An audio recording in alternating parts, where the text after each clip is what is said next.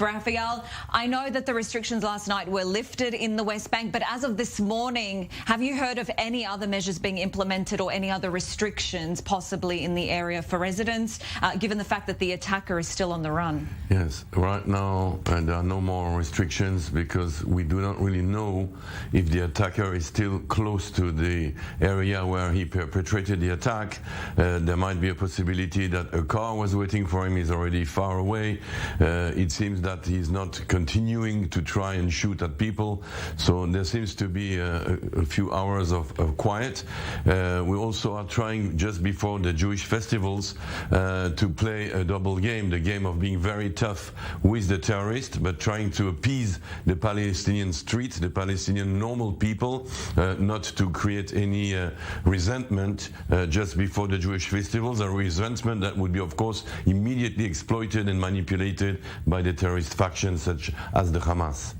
And as you know, this isn't just a one-off incident. We've been seeing plenty of these incidents over the last few weeks with Israelis being attacked, lots of injuries as well. And this is despite precautions, despite nightly raids by the IDF, despite security. What more can the security forces really do to prevent more of the same? Yes, not much more. We are doing our utmost, and unfortunately we still haven't reached the level of deterrence we would have liked to, but we must intensify and continue. Sometimes in the past Israel had decided to lower the level of action at the approach of the Jewish festivals to cool down the region. The doctrine this year is completely different, to intensify, to put the maximum pressure on terrorists or young people would be terrorists, because the real problem this year is that we have a lot of spontaneous youngsters from the Palestinian population that just decide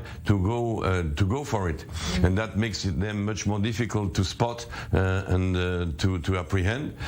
So it's a very dangerous game. We also have the problem of the festivals coming with again the Hamas going to try to exploit the fact that the Zionist enemy is threatening the Al-Aqsa Mosque, the Temple Mount, and trying to inflame the Islamic world. It doesn't work usually, but disquietingly enough, the top brass of the Hamas was in Moscow this week, speaking with Mr. Lavrov, the foreign minister of Russia. What were they planning there together? What were they coordinating? I don't know. Nothing good can come out of it, that's for sure. Did you see recently the comment by Itamar Ben-Gvir? It was directed specifically towards Lapid, our Prime Minister, and Benny Gantz. He said that they're responsible for the attack. Do you think that all of that is just political comments, or? Yes, it is political comments. There's no doubt that Benny Gantz, the Minister of Defense, and Yair Lapid have done what they can, and the army and the security services are doing their job. We have thwarted 500 terrorist attacks of late. I mean, that's a lot. We forget all the time. We speak a lot of the attacks, of course, they were very spectacular, but we forget the harms that are prevented.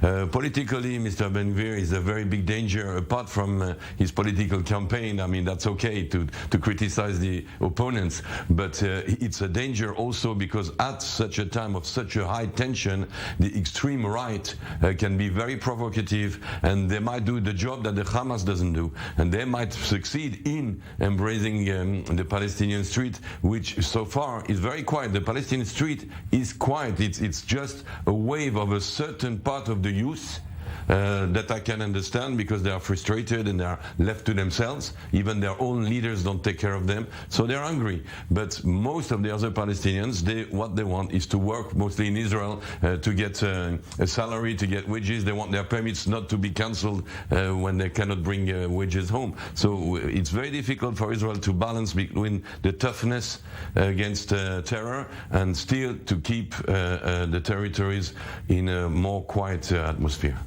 Raphael Yerushalmi, thank you so much. The former senior intelligence officer of the IDF, speaking to us in studio.